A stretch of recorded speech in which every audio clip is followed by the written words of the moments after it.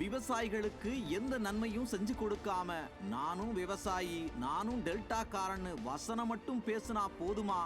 விவசாயிகளின் வாழ்க்கை உயர்ந்துருமா முதல்வரே? தமிழ்நாடு முழுக்க மரபணு மாற்ற நெல் விதைகள் விவசாயிகள் கிட்ட அச்சத்தையும் வாழ்வாதார இழப்பையும் ஏற்படுத்தி இருக்கு.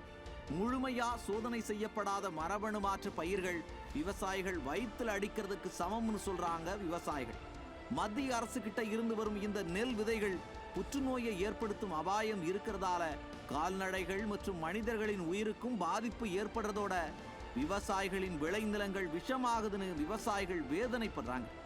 நீங்க என்னடானா வீட்டுல இருந்துகிட்டே ஒரு கடிதம் எழுதுறதா விளம்பரம் செய்றீங்க.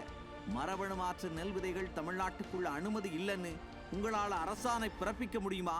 அதுக்கு தெம்பு திராணி இருக்கா முதல்வரே? இந்த விதைகளால விதை உரிமையையே விவசாயிங்க இழக்கிறாங்க. இப்படியே தொடர்ந்தா விவசாயிகள் தனியார் நிறுவனங்கள் கிட்ட கையேந்திர நிலைதான் வரும். மரபணு மாற்ற விதைகள் வேண்டாம்ன்ற கோரிக்கையை மத்திய அரசு கிட்ட வலுவா வைக்க தயங்கிறது ஏன் முதல்வரே?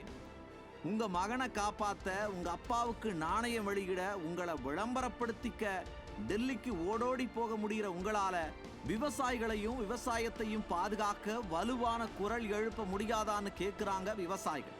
அதிமுக ஆட்சியில விவசாயிகளுக்கு என்னென்ன நன்மைகள் உதவிகள் செய்யப்பட்டதுன்னு உண்மை விவசாயி எடப்பாடியார் மக்கள் மத்தியில பட்டியலிட்டு சொல்லிட்டு இருக்க, நீங்க வசனத்துல மட்டுமே விவசாயியா இருக்கிறது திரும்பவும் நிரூபணமாக்கி இருக்கு. நீங்க விவசாயிகள் மேல குண்டர் சட்டம் போட்டதையும் விவசாயிகள் மறக்கல. வயல்ல காங்கிரீட் ரோடு போட்டு நடந்ததையும் விவசாயிகள் மறக்கல. நீங்களும் மறந்துடாதீங்க போலி விவசாயி ஸ்டாலின் அவர்களே.